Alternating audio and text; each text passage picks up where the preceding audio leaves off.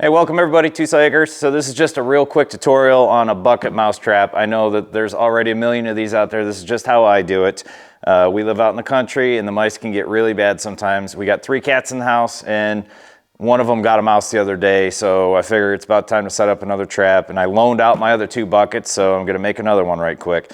I like the taller cans, like monster size cans. This is a 14 gauge electric fence wire, galvanized wire, and that's only a 1/16 inch in diameter. I go up 1 size with my drill bit.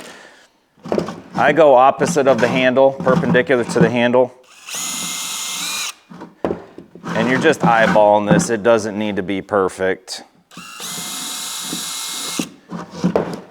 All right, then we need to get our can ready. So again, eyeballing it, find the center of the bottom of the can. The closer to center you can get, the better. Because you want it to spin evenly. And then drill out your tab rivet. Try to leave that hole there. And then try to get this tab off of here without breaking the hole that's in there. You'll see what I'm talking about in just a second.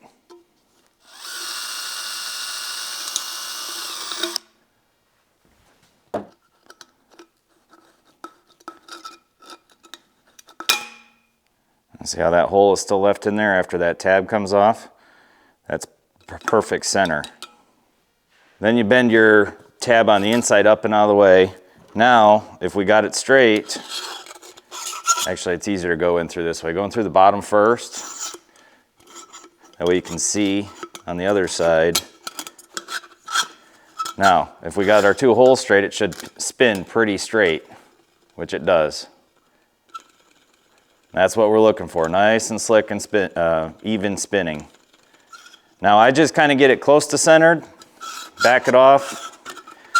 I put a 90 in it, like that, and then immediately 90 back straight. Just put a little crease in there so that the can can't come off. Something like that, if you can see that. So we've got 1 kink in it like that, and the bottom of the can will sit there. Then the other side, I grab it close to the can, nice and tight, bend my wire over, grab it again, bend it back up. And then ideally, you want these 2 bends to be going the same direction, which I am literally 180 out. So I'm just gonna grab my wire and then get another pair of pliers. So I got a hold of the bottom one. I'm going to grab the top one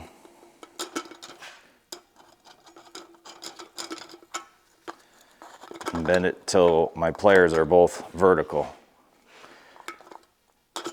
Now my bends should both be the same, and that just helps even it out so it has an equal balance point.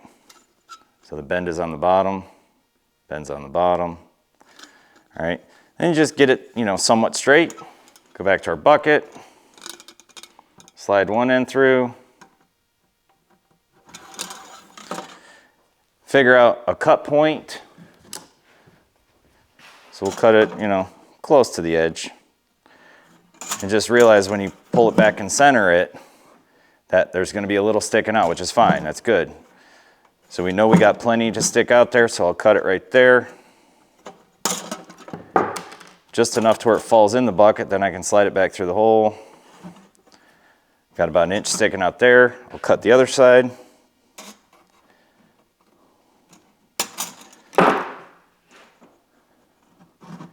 Again, just try to straighten it out just a smidge.